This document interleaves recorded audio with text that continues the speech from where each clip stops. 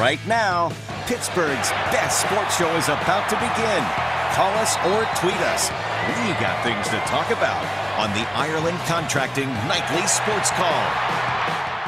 All right, thanks a lot, Ken, and thank you for tuning in to the Ireland Contracting Nightly Sports Call. I'm Rich Walsh. I'll be joined by Paul Zeise in just a couple moments here. And we're going to be talking about the battle in Buccos tonight. This is a game that I think they should have won. They were going against a guy that was just called up from AAA Colorado, Freddie Peralta, and, you know, gave him troubles tonight. Peralta's a good pitcher. He's going to be a good pitcher in the future, and he did it against the Pirates tonight. At one point, the Pirates only had 2 hits throughout this game. Finally broke it open late in this game and got a couple runs, but too little too late for the Pirates, and they dropped a game that they could have won, I thought. They had opportunities in the last couple innings to come back and win this one, but Jameson Taillon threw a couple bad pitches early that the Brewers took advantage of, and one went out of PNC Park, and then after that, he gave up 3 runs. The Pirates only scored 2, and that is a loser in anyone's book, and the Pirates dropped a game below 500 again. They can't get back over 500. This was a chance that the Pirates could have made up some ground, could have got within 5 games of the lead, and they didn't do that. Now they're back to 7 games. They have a chance to win the series tomorrow, and that's all you can really ask for. They beat the Reds 2 out of 3. Now if they could take 2 out of 3 from the Brewers, and that's what you hope. Take 2 out of 3. Just keep winning series, and maybe you eventually get back in this. But this stretch right here is a great opportunity for the Pirates. And Paul, tonight, I mean, I believe that this was a game that they could have won, especially when you looked at the pitching matchup early. I pretty much thought this was going to be a win for the Pirates. Yeah. Well, I mean, I think the biggest thing about it is you can't really go that way with the pitching matchups and stuff when you have a really good team like the Brewers. And you know what? They're pretty good. If you look at their lineup, they're pretty good. They've got some good players up and down the lineup. They hit well. I think that they've got some guys that field well. There's not a whole lot really that you dislike about them. They've got looks like a pretty good bullpen. They pitch well. There's no secret as to why they're where they're at, you know. And so when you play against a team like that, no matter what the pitching matchup is, you know it's going to be a tough game. So yeah, Jameson he is winning tomorrow. Yeah, Jameson Taillon has been pitching really well, and I thought he was going to continue to do that.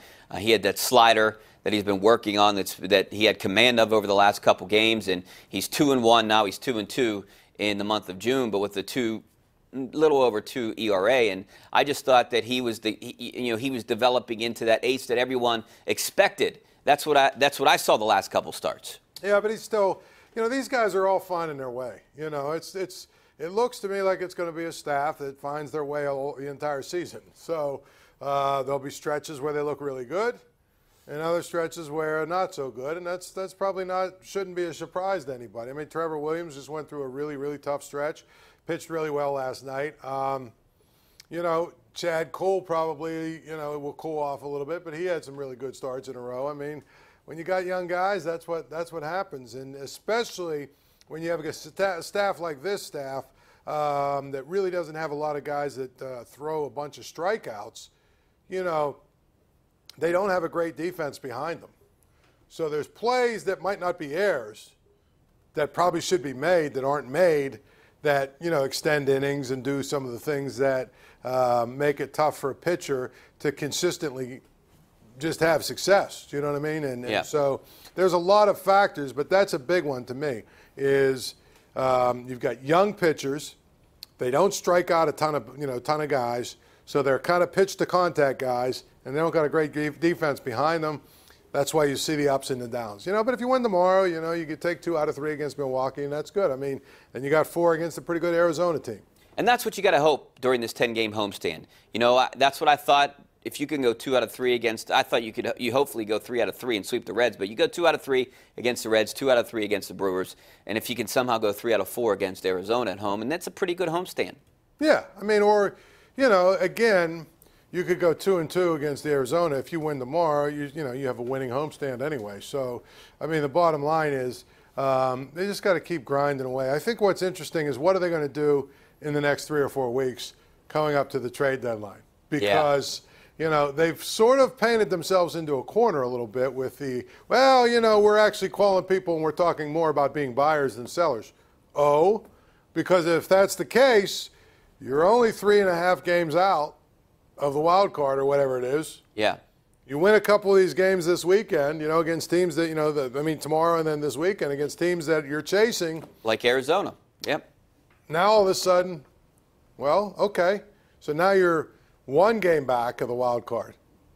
How are you going to sell people? How are you not going to add to that team? Well, that's going to be the interesting thing. It was a similar situation last year, and they didn't add. I mean, you look at it, they were within a couple games of the division. They were winning within a couple games of the wild card, and they didn't do anything. I kind of expect the same, even though they talk a big game. I think that what they'll do is they're going to probably try and sell off the Freezes and the Rodriguezes and the Novas of the world.